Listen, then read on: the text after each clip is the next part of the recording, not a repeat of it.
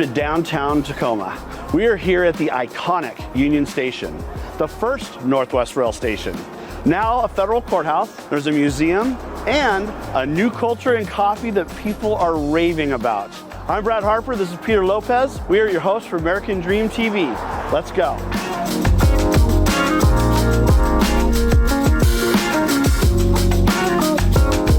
Home to thriving businesses, waterfront, museum district, UW-Tacoma campus, we're known as the City of Destiny. We're next to the iconic Union Station, built in 1911 by Reed and Stem. This was the most state-of-the-art architectural building in the entire Northwest.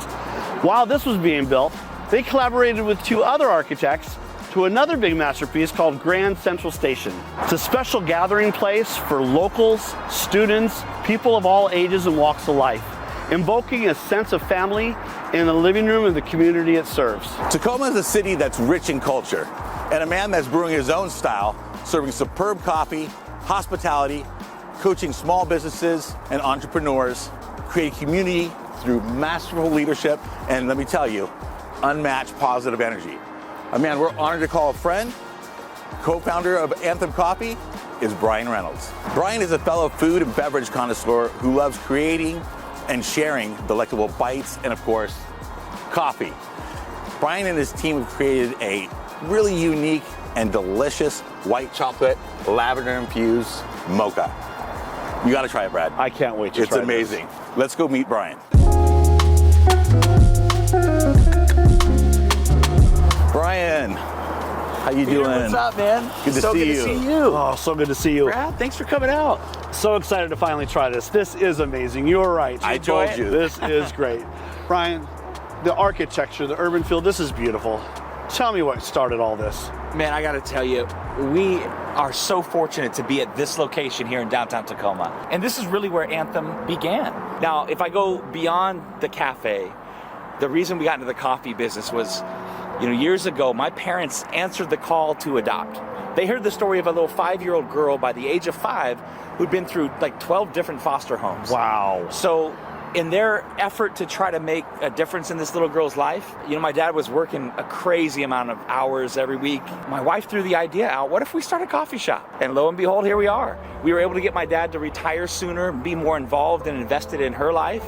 And then my parents went on to foster 8 kids and adopt 4 of them. So I have all these siblings, sisters, and a brother I've always wanted. So that is an incredible story. Brian, it sounds like things are really going great for you.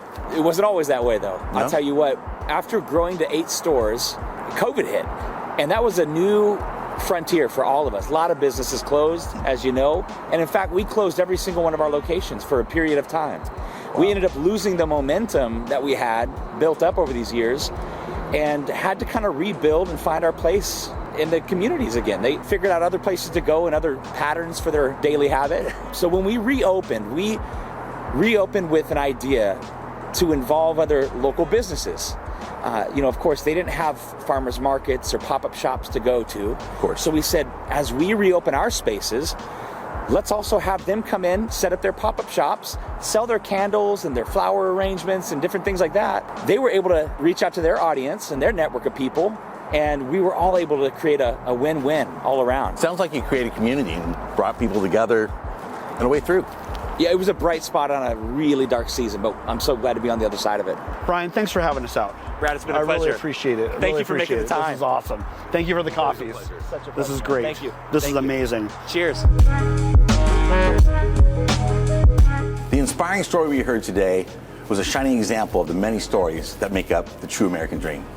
And this all started with finding a forever home for a 5-year-old foster child. Then their whole family going all in on something. That's a huge risk. It doesn't get any better than that. I'm Peter Lopez. I'm Brad Harper, and we'll see you next time on The American Dream.